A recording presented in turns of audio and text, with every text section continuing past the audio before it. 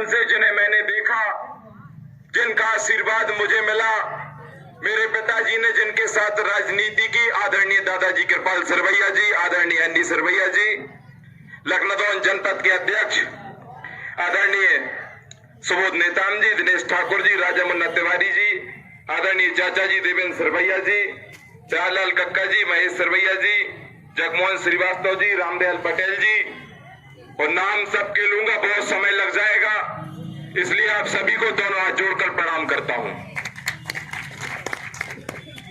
आज किसानों का मंच है, आपके साथ कंधे से कंधा मिलाकर कांग्रेस पार्टी खड़ी है। यह निश्चित है बंधु कि आप बहुत परेशान हैं, तभी आज इतनी संख्या में आप यहां पर उपस्थित हुए हैं। आपकी आवाज बुलंद करेंगे, लेकिन इन दो पंक्तियां मुझे याद आती हैं, उसूलों पर अगर आंच आए तो टकराना जरूरी है, और जिंदा अगर हो तो जिंदा नजर आना जरूरी है। और आप जिंदा नजर तब आएंगे जब आप इस भ्रष्ट शिवराज सिंह और मोदी की सरकार को अपनी ताकत दिखाएंगे। और यह स्वराज झूठा, अभी आदरणीय दादाजी कृपाल सरवैया जी बोल रहे थे कि यह शिवराज सिंह चौहान बोलता है कि ये किसान का बेटा है। अरे झूठे शिवराज, तू किसान का बेटा होता तो कभी किसानों पर गोलियां नहीं चलवाता रे। इसने मंदसौर में हमारे किसान भाइयों पर गोलियां चलवाई, और ये शिवराज उन्हीं किसानों की बोलियां लगाने का भी इसने काम किया। जब हमारे किसान भाई शहीद हुए, इसने 10 लाख रुपए बोला कि उनको 10 लाख रुपए देंगे। अरे मध्य प्रदेश और भारत का किसान है, तेरे पैसे में बिकेगा क्या? इसने 50 लाख रुपए बोला, किसान बिके नहीं, इसने उन किसानों की बोली 1 करोड़ रुपए में तक लगा दी। शर्मानी चाहिए तो किसानों के पुत्र के नाम पर कलंक है शिवराज सिंह चौहान। तूने इस प्रदेश के अन्नदाता किसान को बिजली की समस्या के सामने खड़ा कर दिया, खाद की समस्या के सामने खड़ा कर दिया। अरे शिवराज, ये मध्य प्रदेश और भारत देश के किसान हैं, जब ये रातों भर जागते हैं, अपनी फसलों को इसलिए सुरक्षित करते हैं, तब ये देश के लोग अनाज खाकर जिंदा रहते हैं।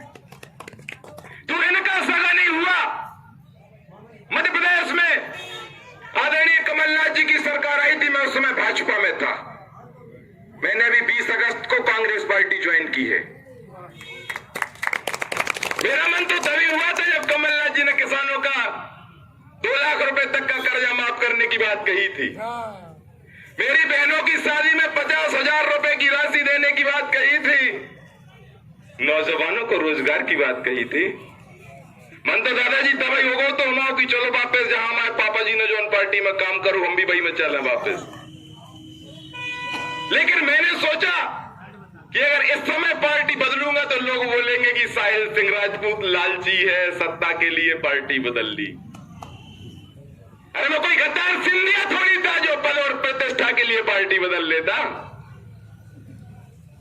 बंधु, मेरे नौजवान साथी मुझसे पूछते थे कि साहिल तुम भाजपा में हो, पेट्रोल के दाम आसमान छू रहे, कुछ बोलो तो। मजे लेते थे मेरा, कहा भैया कितने को पेट्रोल डलत है? हम कहते 120, 110।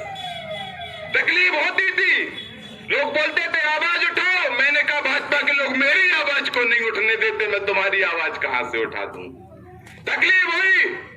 मैंने मध्य प्रदेश के पूर्व नेता प्रतिपक्ष आदरणीय अजय सिंह जी राहुल भैया के समक्ष अपने लगभग 200-250 नौजवान साथियों के साथ कांग्रेस पार्टी का दामन थाम लिया।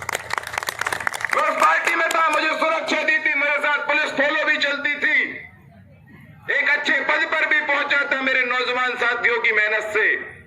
लेकिन जिस पार्टी में उन्हीं नौजवानों की कदर ना हो, किसानों की कदर ना हो, मैंने सोचा कि साहिल तेरा वहां रहना सही नहीं है, अपने घर वापस चला जा। मैं कांग्रेस में आ गया। बंधु, ये किसानों का आंदोलन है, आज संख्या इतनी है, लेकिन मैं चाहता हूं कि इस संख्या को और बढ़ाया जाए, धरने का और स्वरूप बड़ा किया जाए, प्रदर्शन किए जाएं। और अब तो मैं बोलता हूं कि भैया जंगी प्रदर्शन करो, समय कम बचा है।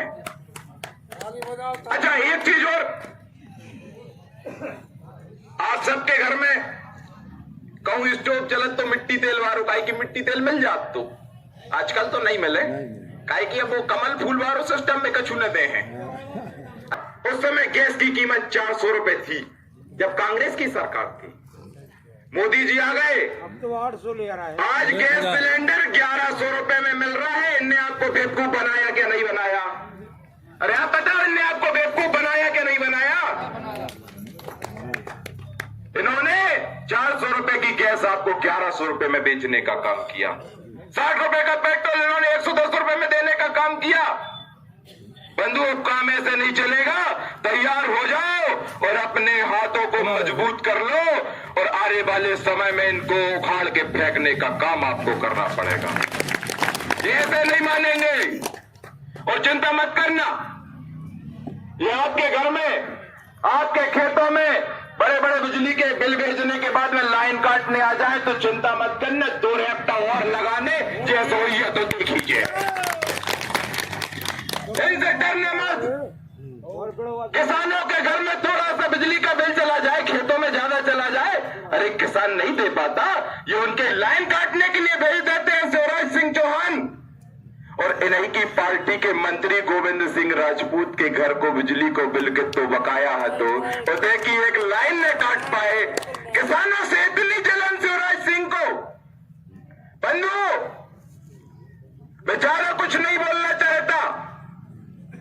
मैं एक नौजवान हूं, पढ़ा लिखा हूं, मैंने कुछ सोच समझ कर ही पार्टी बदलने का निर्णय किया होगा।